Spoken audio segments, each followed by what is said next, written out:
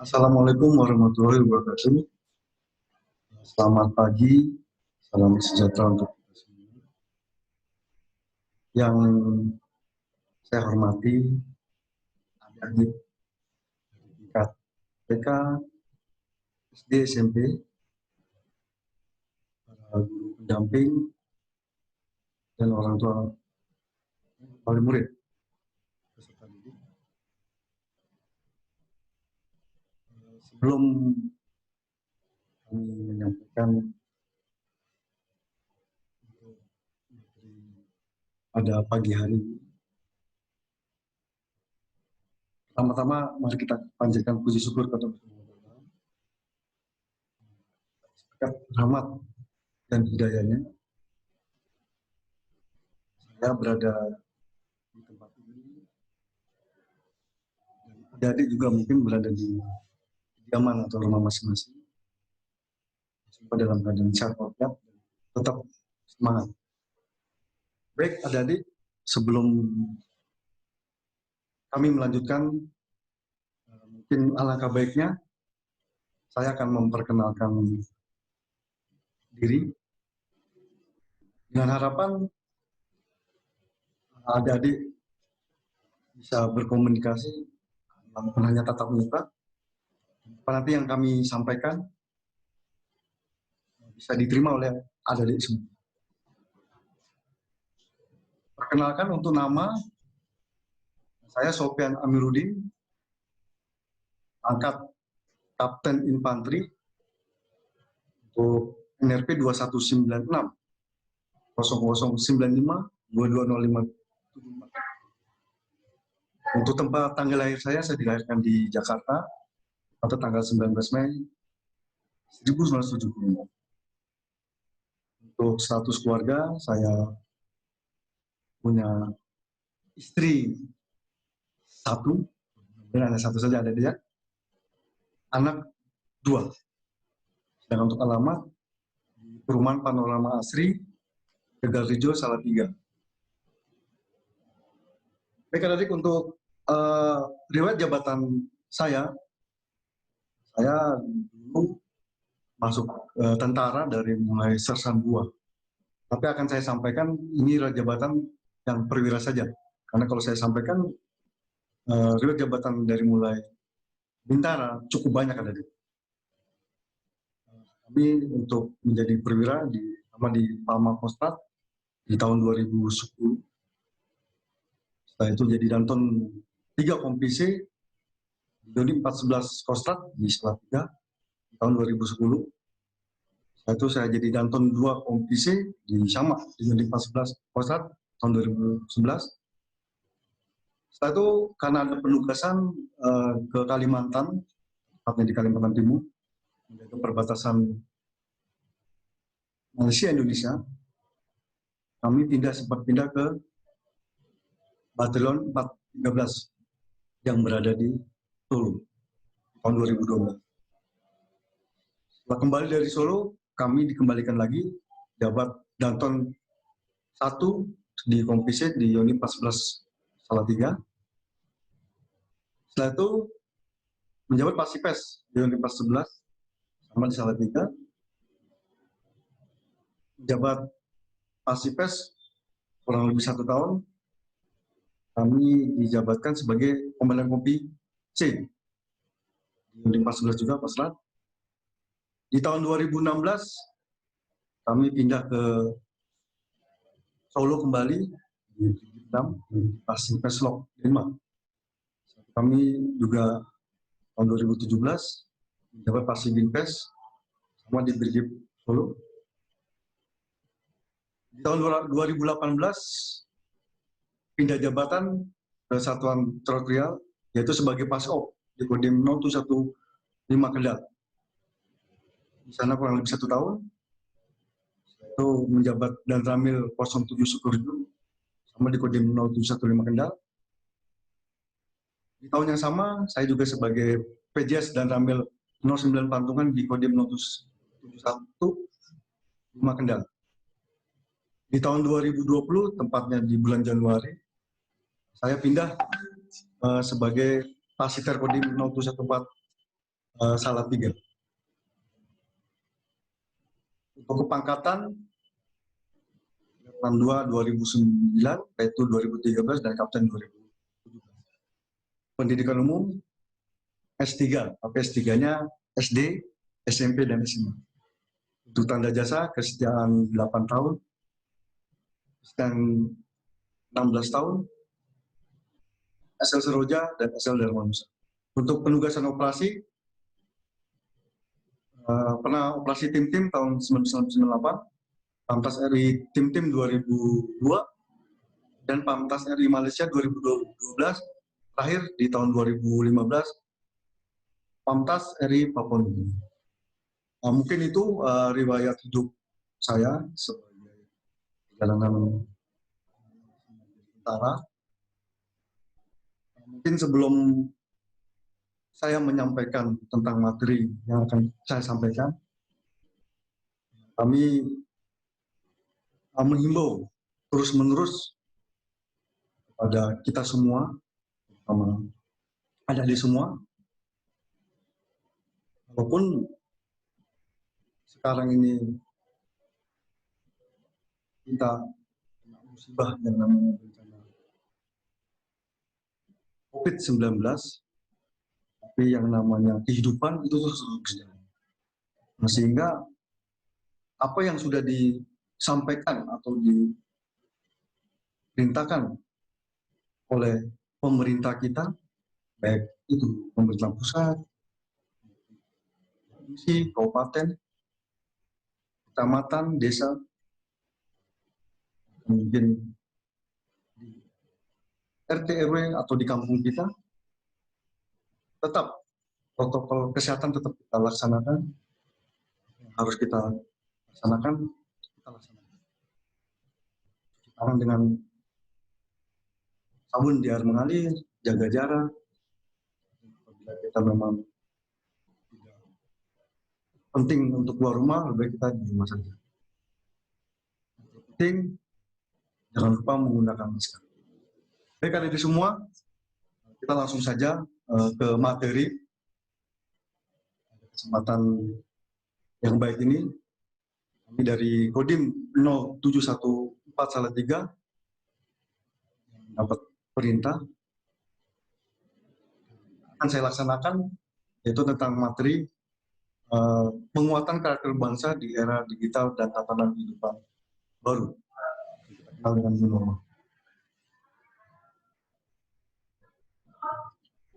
Baik, adik semua, mungkin kita sudah tahu semuanya bahwa sejarah perjuangan bangsa memberi bukti yang nyata bahwa hanya dengan semangat, persatuan dan kesatuan, rasa cinta tanah air, kesadaran bela negara yang mampu menjaga dan menegakkan kemerdekaan.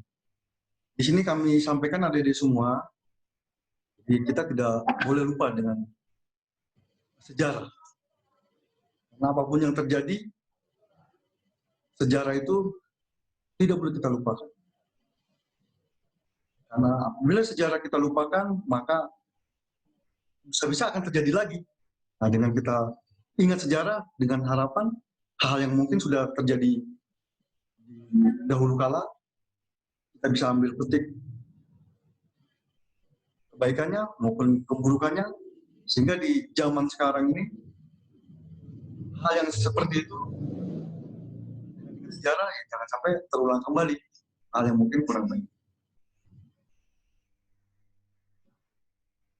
Baik, di sini akan saya sampaikan biar kita mengerti, paham apa itu rasa kebangsaan, apa itu paham kebangsaan maupun semangat kebangsaan. Yang pertama, rasa kebangsaan. Bahwa kesadaran bermasyarakat, berbangsa dan bernegara yang timbul karena adanya kesamaan budaya, sejarah, dan aspirasi perjuangan. Itu merupakan rasa kebangsaan yang harus kita miliki, ada dimiliki. Yang kedua, paham kebangsaan. Itu berupa pemikiran rasional tentang hakikat dan cita-cita kehidupan, serta perjuangan yang menjadi ciri khas bangsa, kita kenal dengan Budi Utomo, 1908, Sumpah Pemuda pada tahun 1928 yang menjadikan faktor utama dalam mempersatukan perbedaan yang ada. Itu merupakan paham kebangsaan. Yang terakhir, semangat kebangsaan. Itu menyatunya rasa kebangsaan dan paham kebangsaan Indonesia sehingga menimbulkan tekad sejati untuk membela dan rela berkorban bagi kepentingan bangsa dan negara yang kita kenal dengan nasionalisme. Jadi ketiga hal tersebut, rasa kebangsaan, paham kebangsaan, semangat kebangsaan harus kita miliki. Karena apabila hal tersebut sudah kita ada pada diri kita, insya Allah saja bangsa Indonesia ini akan maju terus, akan menjadi negara yang disegani oleh negara-negara lain. Tadi di awal kami sampaikan soal karakter, kami sampaikan nilai-nilai karakter. Nah, beberapa hal tentang nilai-nilai karakter yang tadi saya sampaikan juga harus ada di diri kita. Ini lebih detailnya. Yang pertama itu semangat. Yang kedua, ulet, gigih, tangguh, dan pantang menyerah. Yang ketiga, tabah dan sabar. Yang keempat, jujur dan sportif. Yang kelima, semangat kebersamaan, kekompakan, persatuan dan kesatuan. Yang keenam, tanpa pamrih. Yang ketujuh, kehormatan dan harga diri. Yang kedelapan, rela berkorban. Dan yang kesembilan, mengutamakan kepentingan bangsa dan negara. Mungkin saya akan menjelaskan tidak terlalu banyak. Namun ini semangat. Disampaikan nilai-nilai karakter, salah satu semangat. Apabila kita dari mulai bangun tidur, setelah itu kita menjalankan aktivitas, sampai kita kembali lagi untuk istirahat, kalau di diri kita mempunyai nilai semangat, insya Allah saja kita menjalankan hidup ini ada di pasti enak, selalu semangat. Makanya kalau misalnya kadang kita melihat atau mendengar siang maupun sore maupun malam pasti ada yang menyampaikan bukan selamat sore, selamat siang, bukan, tapi semangat siang, semangat sore maupun semangat malam. Itu tujuannya apa? Supaya kita tetap semangat. Untuk menimbulkan itu, makanya itu masuk di nilai karakter. Yang kedua, ulet dan gigih, tangguh dan pantang menyerah. Apapun pekerjaan kita, mungkin adik-adik sebagai pelajar, yang TK, mungkin yang SD maupun SMP, pantang menyerah dalam hal mungkin ya saya ambilkan contoh mungkin dalam mengerjakan PR di rumah. Kalau memang ibaratnya bisa dikerjakan oleh adik-adik yang namanya PR, pekerjaan rumah dikerjakan dengan pantang menyerah, dengan gigih, ulet, tangguh, yang mudah-mudahan pekerjaan rumah yang diberikan oleh guru kepada adik-adik semua bisa dikerjakan. Tabah dan sabar, jujur dan sportif. Ini nilai jujur dan sportif.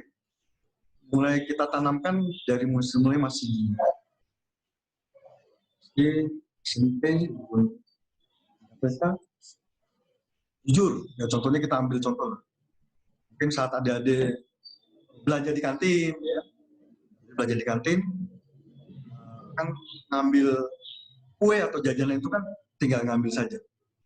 Dan disitulah kita harus tertanam kejujuran kita. Kalau memang makan gorengan mungkin hanya 2, ya sampaikan sama ibu kantin atau yang penjual ya 2, jangan sampai artinya adik-adik beli atau makan gorengan atau makan kue 3 bilangnya 1. Nah, itu jangan sampai terjadi ada. Kita jujur mulai dari sekarang, sportif, depannya akan tertanam di dalam diri adik-adik sendiri. Kegiatan yang ibaratnya kan kejujuran. Karena orang jujur itu pasti, ya mohon maaf adik-adik ya, sudah susah sekali. Tapi kalau dari sekarang kita sudah menerapkan, membiasakan diri jujur dan sportif, kedepannya ada dia menjadi seorang, kita tidak tahu ya, mungkin ada di semua pasti menginginkan masa depan yang cerah kan seperti itu. Ada seperti saya menjadi tentara, mungkin jadi polisi, mungkin jadi, ya bahkan mungkin jadi bisa jadi kepala desa, lurah, camat, bupati atau wali kota, mungkin menjadi pejabat-pejabat yang mungkin sangat dibutuhkan oleh masyarakat. Karena kalau seandainya kita berbuat jujur, pejabat kalau sudah berbuat jujur, kan masyarakat akan sejahtera. Itu mungkin saya masalah dengan karakter, mungkin selanjutnya itu tentang rela berkorban. Rela berkorban di sini, ya intinya apapun yang diberikan tugas pada adik-adik, ya sudah, kerjakan saja, laksanakan saja. Itu akan kedepannya akan membawa saat nanti adik-adik sudah dewasa.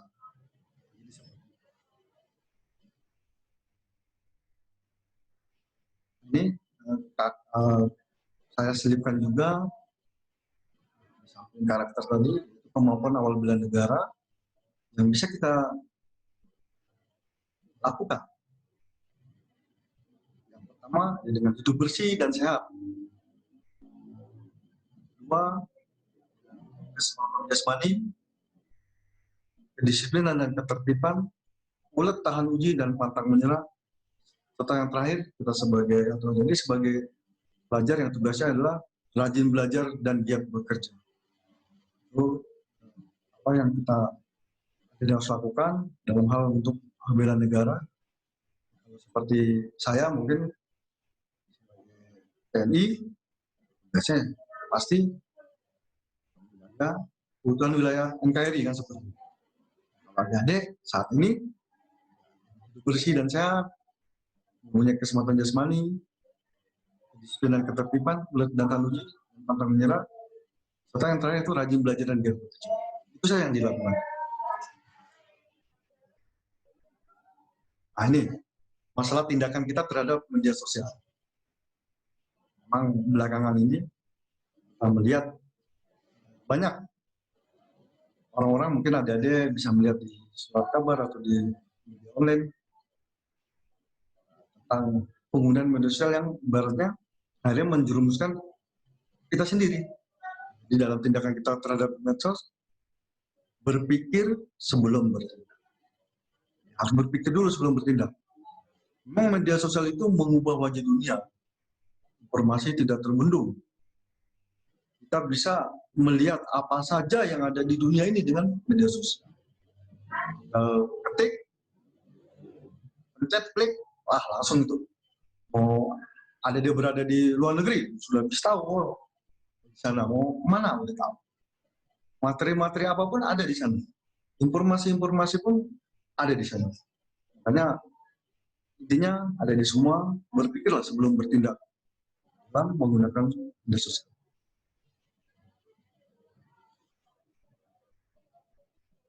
Yang penting adalah untuk dari semua, jangan mudah percaya atas berita yang dibaca sehingga ingin segera menyebarkannya. Itu yang penting tadi. Jadi setelah kita buka HP, melihat informasi, jangan mudah percaya dulu atas berita yang dibaca itu. Sehingga kita ingin segera menyebarkannya. Jangan. Cek dulu kebenarannya. Jangan lakukan jika bersifat fitnah, menebar kebencian atau memecah belah. Jadilah penebar kedamaian. Itu kita harus camkan, ada di semua. Sekali lagi, jangan sampai kita salah arah, tidak bijak dalam menggunakan media sosial. Ini saya sampaikan, mungkin ada deh, saya pertegas lagi. Ketika menerima informasi, mungkin di benak kita, di awal saya sampaikan, dibagikan atau tidak dibagikan. Apabila memang mau dibagikan, cek kebenaran informasi itu. Benar dan bermanfaat, yang boleh kita bagikan. Tapi kalau misalnya seandainya tidak benar, jangan dibagikan karena tidak bermanfaat. Jadi sekali lagi, ketika menerima informasi harus betul disaring. Kan dibagikan atau tidak dibagikan. Informasi memang itu bisa dari teman, dari siapa saja, mungkin dari grup, dan dari mana saja. Sebaris kata dapat memberikan harapan besar, dapat memberikan awan kelabu, wah atau pernah lebih kejam dari pembunuhan. KTD sudah tahu, waktu itu fitnah. Posting di media sosial seperti tinta permanen. Diam itu emas, lebih baik diam daripada melakukan perbuatan tidak ada manfaatnya. Saya sampaikan di sini untuk mungkin kenapa disampaikan bahwa postingan di media sosial seperti tinta permanen. Karena apabila adik-adik semua sudah mengirim informasi atau berita tersebut, itu susah sekali dihapus, makanya disampaikan tinta permanen. Oke, mungkin di HP adik-adik semua mungkin itu sudah terhapus, tapi di HP teman-teman kita, di HP mungkin di grup kita, atau di tempat yang lainnya mungkin tidak akan bisa terhapus. Jadi makanya sekali lagi, informasi harus betul-betul dicari. Intinya bijak dalam menggunakan media sosial.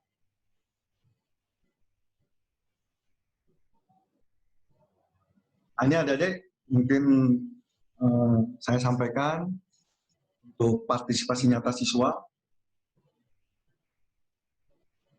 Pertama, rajin belajar, meningkatkan kualitas diri. Yang kedua, aktif dalam kegiatan OSIS, KMR maupun pramuka. Yang ketiga, mengikuti upacara bendera. Sekolah mungkin setiap hari Senin, upacara-upacara hari besar lainnya. Yang keempat, mentaati peraturan sekolah dengan baik. Hindari tawuran, hindari narkoba, pemiras. Mengikuti pendidikan mungkin bela-bela, misalnya ada kegiatan mungkin kalau di Kodim, kemarin juga kita melaksanakan kegiatan kader pelatihan bela negara atau tentara, tapi itu diikuti memang anak-anak hari full, soalnya menciptakan kondisi damai di dan keamanan di lingkungan. Jadi itu partisipasi nyata ADD sebagai pelajar atau sebagai siswa yang tingkat mungkin tingkat TK, yang mungkin kalau tingkat TK kan banyak permainan-permainan mungkin. SD mulai belajar sampai mungkin SMP belajar yang mungkin usia adik-adik saat ini sampai dengan nanti 25 tahun yang akan datang itu kita sudah atau adik-adik semua sudah akan usia matang. Dan TK nanti sudah umur 25 tahun akan lebih kan. Intinya kalau sudah dari saat ini sampai umur 25 tahun nanti ke depan itu sudah usia matang semua. Jadi adik-adik berusaha hampir sama semuanya. Akan bersaing sama rekan dan anak bangsa lainnya. Jadi harus disiapkan dari sekarang. Jangan sampai nanti tidak disiapkan. Jadi ke depannya dari mulai yang tingkat TK maupun tingkat SD maupun tingkat SMP akan bersaing sesama rekan-rekannya dan dengan bangsa lain juga. Makanya harus disiapkan dari sekarang.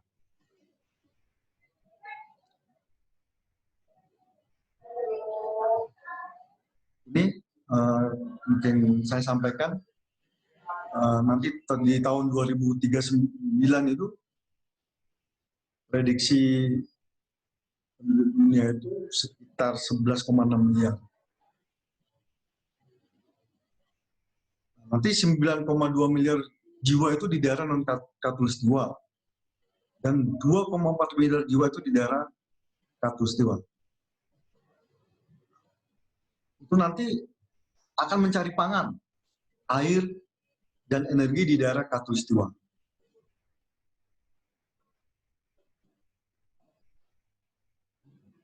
Bapak saya sampaikan untuk energi makin lama makin habis, sedangkan penduduk itu makin lama makin bertambah.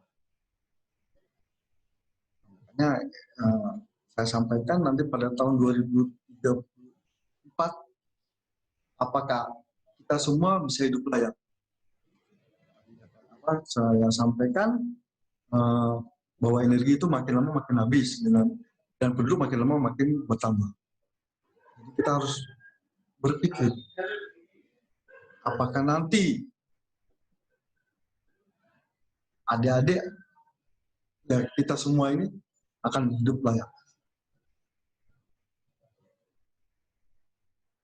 Sebab itu dari mulai sekarang saat ini kita harus bijak dan bersatu. Mengapa? Karena ancaman ke depan semakin nyata dan perlu antisipasi sejak dini.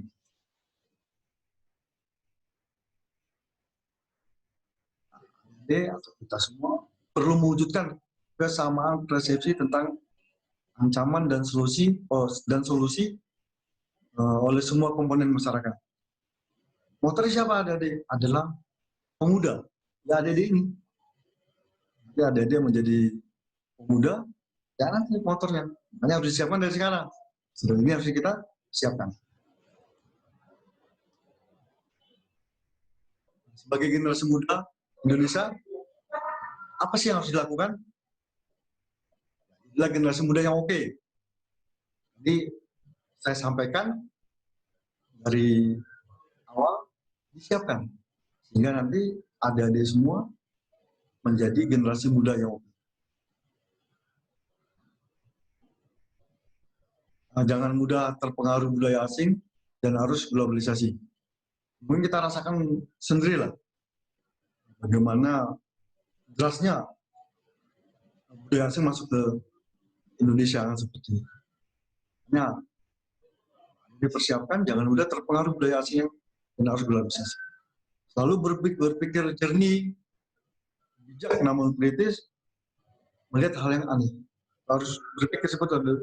Nggak apa-apa dari mulai sejak dini berpikir jernih, bijak, namun kritis melihat hal yang aneh. Supply kalau bukan ada di semua. Dan kan nanti ke depannya bangsa dan negara kita akan dibawa kemana. Rayalah mimpimu, ajaklah teman-temanmu meraih mimpi bersama-sama. Bagaimana untuk meraih mimpi?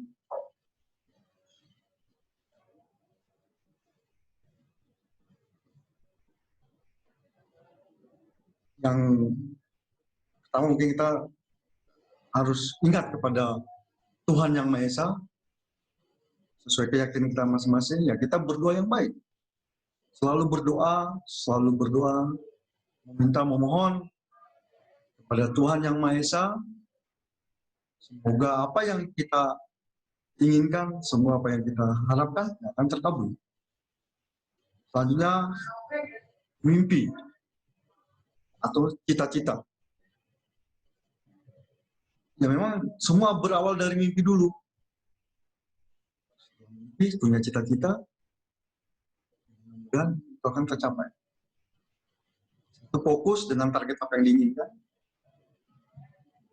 Harus percaya diri, bekerja, harus luas juga adik-adik.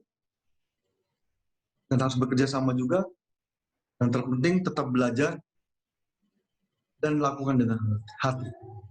Kenapa sih dilakukan dengan hati? Karena hati itu, kalau hati adik-adik semua ibaratnya baik, insya Allah saja apa yang diinginkan atau yang dicita-citakan pasti akan terwujud. Ini di masa COVID-19, di awal tadi saya sampaikan bahwa kita harus terus berbuat, terus ibaratnya menjalankan hidup ini.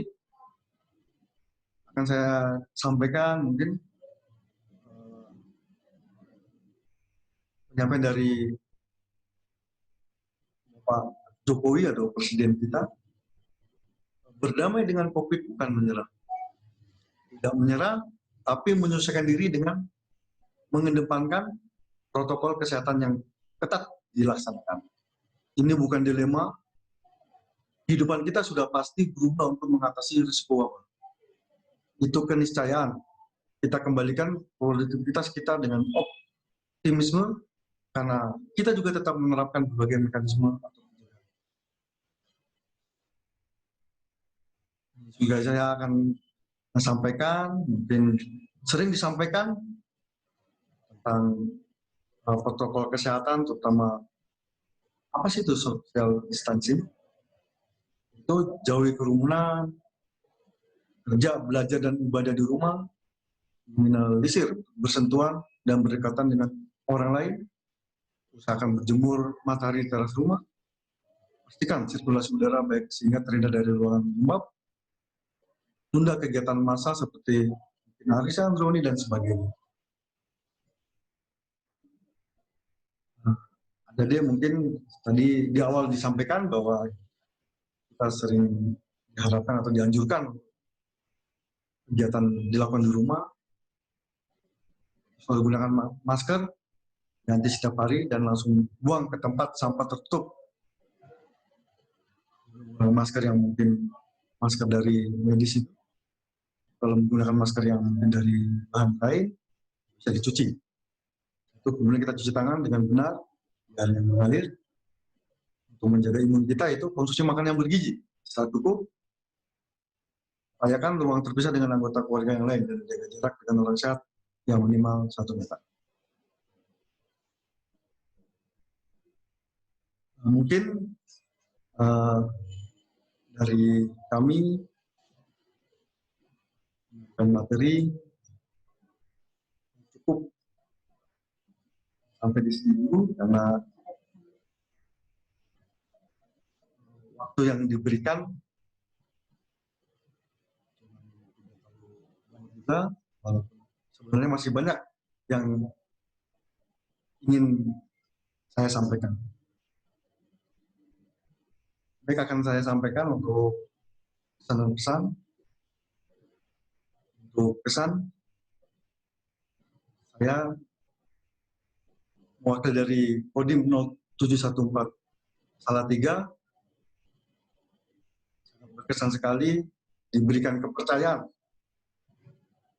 untuk melaksanakan kegiatan ini. Ya, semoga apa yang saya sampaikan walaupun tidak terlalu banyak, sangat berbeda. Biasanya kita melaksanakan kegiatan langsung berhadapan, ini kita langsung seperti ini.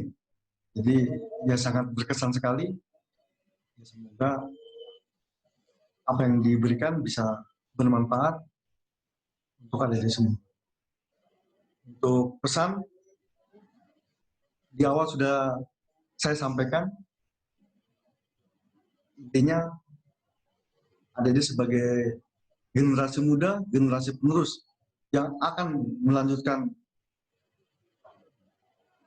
kita semua yang mungkin sudah tua, kan, dan saya juga nanti sudah harus digantikan oleh generasi yang akan datang, disiapkan dari sekarang. Apapun itu cita-citanya, baik menjadi aparat keamanan seperti saya sebagai TNI, sebagai Polri, maupun guru, atau cita-cita yang lainnya, disiapkan dari sekarang. Kedepannya persaingan sangat ketat.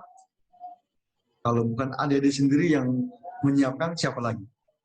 Orang tua hanya bisa memfasilitasi, hanya bisa membimbing, hanya bisa mengarahkan.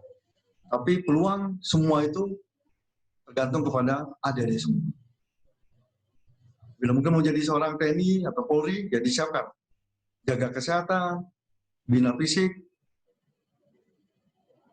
rajin belajar, dan mencari informasi-informasi bagaimana cara masuk jadi tentara maupun jadi Polri. Sekali lagi, mari kita isi kemerdekaan ini atau dalam kehidupan adik-adik sebagai pelajar dengan hal yang positif. Ikuti kegiatan-kegiatan yang bisa membangkitkan semangat, yang bisa membentuk jati diri adik-adik, sehingga nanti apabila sudah saatnya, sudah waktunya, itu bisa digunakan. Itu mungkin yang bisa saya sampaikan. Sekali lagi saya ucapkan terima kasih kesempatan yang diberikan kepada kami. Mungkin kami juga mohon maaf apabila dalam pemberian materi ada hal yang mungkin salah atau mungkin tidak pas. Kami mohon maaf. Terima kasih. Tetap semangat. Assalamualaikum warahmatullahi wabarakatuh.